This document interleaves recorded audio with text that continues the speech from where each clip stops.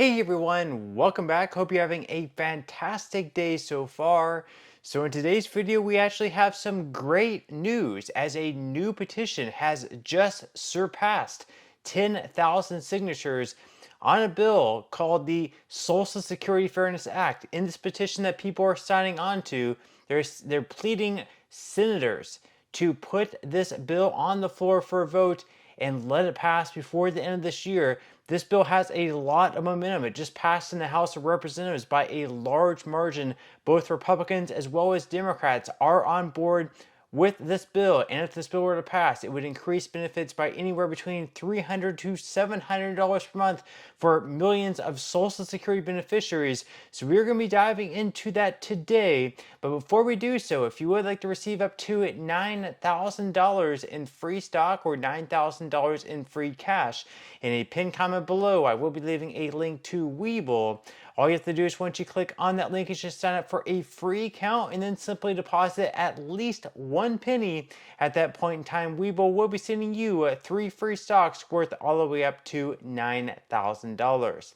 Okay, so diving right into it today. So like I just mentioned, the Social Security Fairness Act last week just passed in the House of Representatives by a large margin. To put this in perspective, for example, in the House, for a bill to pass, they just need 218 votes for it to be approved. And moving on to the Senate, this bill in particular had well over 300 people voting yes, not just Democrats, not just Republicans, but both Republicans as well as Democrats voted in approval for this bill to pass. Now it moves on into the Senate. In the Senate, it gets a little bit more difficult because they need actually 60 votes out of 100 senators, which means that 60% of that chamber have to vote in approval. Now, the good news is in the Senate, we already have 62 co-sponsors of this bill. That means that 62 senators out of these 60 that we would need are already throwing their support behind this bill. At this point in time, it just comes down to whether or not Senate Majority Leader Chuck Schumer, a Democrat, wants to actually put this bill on the floor for a vote and to try to sort of force senators, and in particular Chuck Schumer, to put this bill on the floor for a vote. They actually started a petition, and this petition already has well over 10,000 signatures. So we are going to be diving into this article here by Newsweek. They say that a petition to force a vote on the Social Security Fairness Act in the Senate has surpassed 10,000 signatures. The petition was set up by the American Federation of State, County, and Municipal Employees, the largest trade union of public employees in the United States, representing 1.3 million workers. Last Tuesday, the House of Representatives voted 327 to 75 to pass the act, which would repeal 2 federal policies that currently limit Social Security payouts for around 2.8 million Americans who work in federal, state, and local jobs.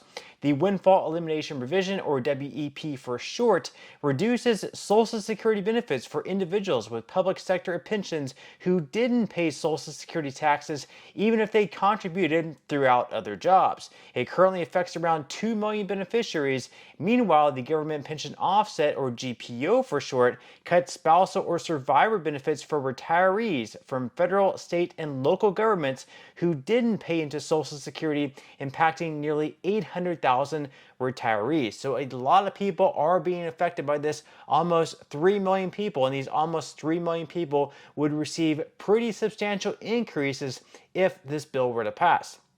Now, the article goes on to say that the bill will now pass on to the Senate. However, there is only a limited amount of time that lawmakers will have to pass the bill in the upper chamber before a new Congress convenes in January. It is unclear if Senate leaders Chuck Schumer and Mitch McConnell will bring the act to a vote. A date for a Senate vote has not yet been scheduled, and Newsweek has contacted the offices of Schumer and McConnell for comment about their plans via email. And before, in prior videos, I've actually looked at Schumer's Twitter, his X account. I've looked at McConnell's Twitter and X account. None of them are really saying anything about this bill. So that's a little bit concerning. At least you would think they would at least acknowledge that it passed in the House, but right now it looks like they're just straight up ignoring it. So let's just keep pressing both of those to put this bill on the floor for vote, because after all, it has 62 co-sponsors. Americans support this bill. There's a lot of support behind this bill. There are some people who are actually against it, which we are going to be covering here in just a second. Now, the article goes on to say that if the bill is not brought to a vote in the Senate in the next 6 weeks, then lawmakers will be required to start over with a new bill.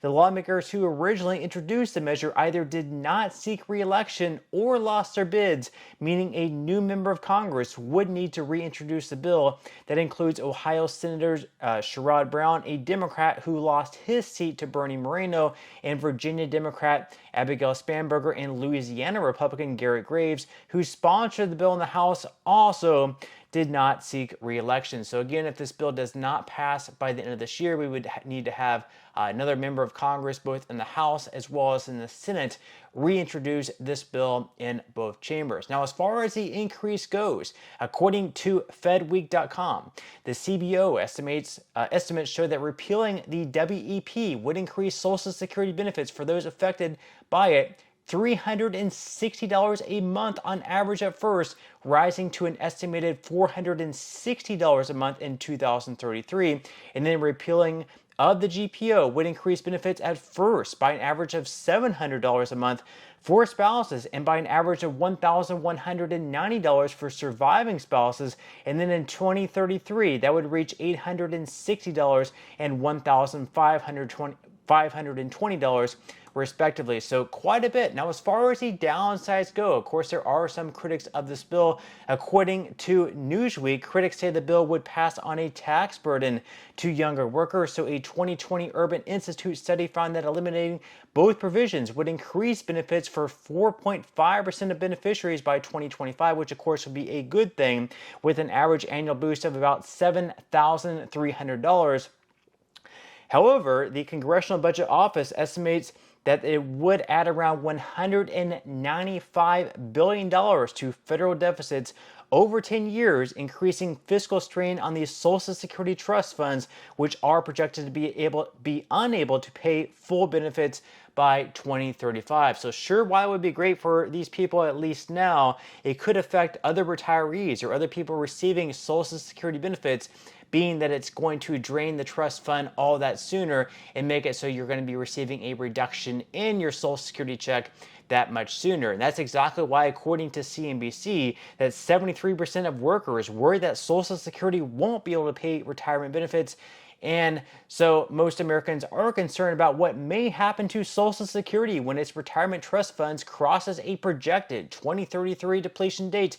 According to a new Bankrate survey, nearly 3/4, that's 73% of non-retired adults and 71% of retired adults, say they worry they won't receive their benefits if the trust fund runs out. The October survey included 2,492 individuals, and those worries loom large for older Americans who are not yet retired, according to the results. That includes 81% of working baby boomers and 82% of Gen Xers who are worried they may not receive their benefits at retirement age if the trust fund is depleted. So obviously a lot of people are really worried there, not just people who are retired now, where in perhaps 10 years they might receive a pretty large cut of anywhere, again, between like 19 to 26%, but also people who are nearing in to retirement. Maybe someone who is like of the age of 56 who perhaps is looking at retiring within the next decade or so, whether taking their benefits earlier at the age of 62 or taking them at their full retirement age of 67.